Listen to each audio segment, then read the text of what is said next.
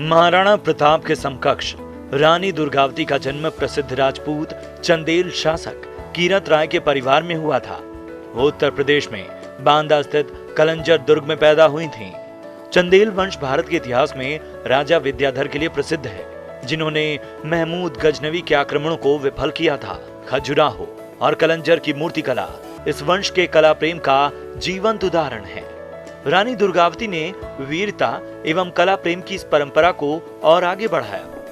सन 1542 में उनका विवाह गोंड वंश के राजा संग्राम शाह के ज्येष्ठ दलपत शाह से हुआ। इस विवाह के फलस्वरूप गोंड और चंदेल वंश में निकटता बढ़ी। सन 1545 में उन्हें एक पुत्र की प्राप्ति हुई, जिसका नाम वीर नारायण रखा गया। दुर्भाग्य से सन 1550 के आसपास दलपत शाह का देहांत हो गया। इसके बाद गोंड राज्य का राज्यभार दुर्गावती के कंधों पर आ गया। उन्होंने अनेक मठ, कुएं, बावड़ी तथा धर्मशालाएं बनवाई। वर्तमान जबलपुर उनके राज्य का केंद्र था।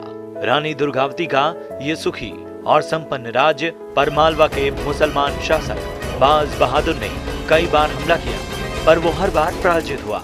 मुगल शासक अकबर की रानी और उनके राज्य पर बुरी नजर थी। अकबर ने आसफ खां के नेतृत्व में गोंडवाना साम्राज्य पर हमला कर दिया। एक बार तो आसफ खां पराजित हुआ, पर अगली बार उसने दुगनी सेना और तैयारी के साथ हमला बोला। दुर्गावती के पास उस समय बहुत कम सैनिक थे। उन्होंने पुरुष वेश में युद्ध का नेतृत्व किया। इस युद्ध में 3000 मुगल सैनिक मारे गए, लेकिन रानी की भी अपार क्षति हुई थी।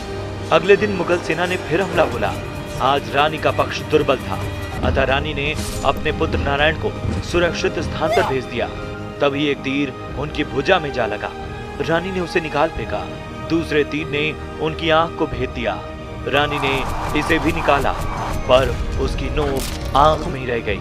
तभी तीसरा तीर उनकी गर्दन में आ धंसा। रानी ने अंत समय निकट जानकर वजीर आधार सिंह से आग्रह किया कि वो अपनी तलवार से उनकी गर्दन काट दें, पर इसके लिए वो तैयार नहीं हुए।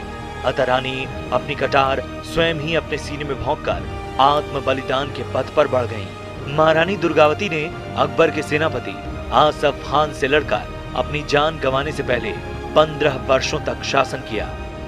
हमारे YouTube चैनल को सब्सक्राइब और फेसबुक पर लाइक करने के लिए देखते रहिए शौर्यगाथा आरंभ नए युग का।